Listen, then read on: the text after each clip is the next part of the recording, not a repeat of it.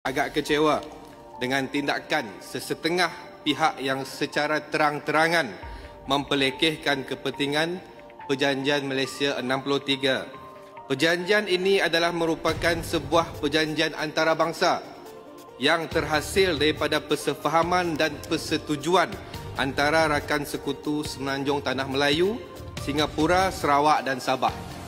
Bagaimana mungkin seseorang bekas Menteri Undang-Undang dan juga peguam terkemuka yang seharusnya menegakkan kedaulatan undang-undang dan keluhuran perlembagaan dengan sewenang-wenangnya menyatakan perjanjian Malaysia ini tidak guna dan patut dibatal kerana kononnya akan membawa kepada kebangkrapan Malaysia.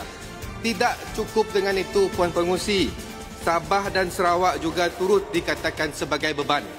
Malah hari ini beliau telah menggesa supaya Sabah dan Sarawak keluar daripada Malaysia sekiranya kami tidak gembira, unhappy dengan perjanjian Malaysia 63 ini.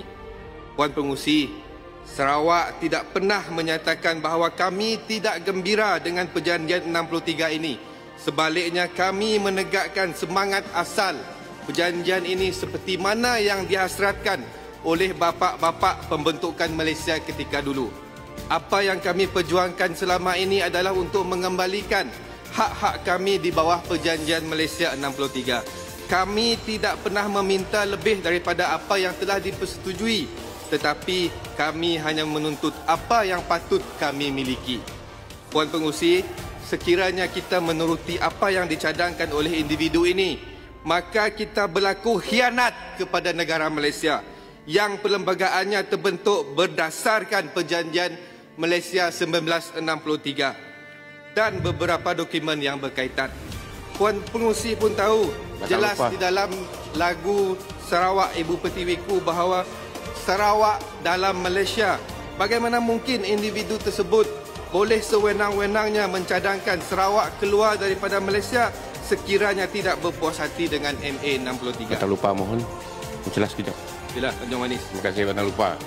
Adakah Batang Lupa bersetuju bahawa kenyataan Datuk Zahid Ibrahim ini adalah satu penghinaan kepada perjanjian Malaysia MA 63? Terima kasih. Puan Speaker, rumah kita ini dibina dengan asas dan salah satu asasnya adalah 63 ini. Kalau 63 ini pull out, collapse lah rumah yang kita bina. Puan Pengerusi, mohon berikan saya sedikit masa. Secara peribadi, saya merasakan ianya satu kenyataan dangkal yang melampau dan wajar di siasat. Beliau seolah-olah tidak berpuas hati dengan tindakan Sabah dan Sarawak mempertahankan hak kami yang termaktub di bawah perjanjian 63. Sabah dan Sarawak telah lama menyumbang kepada pembangunan negara di mana hasil-hasil gas petroleum diberikan kepada persekutuan untuk sama-sama membangunkan Malaysia selama ini. Apa hasil yang ada kita kongsi bersama demi memajukan negara ini. Janganlah jadi seperti peribahasa habis madu sepah dibuang. Kini sudah tiba masanya untuk Sabah dan Sarawak menuntut hak seperti yang termaktub di bawah perjanjian ini. Puan Pengerusi, agak kecil.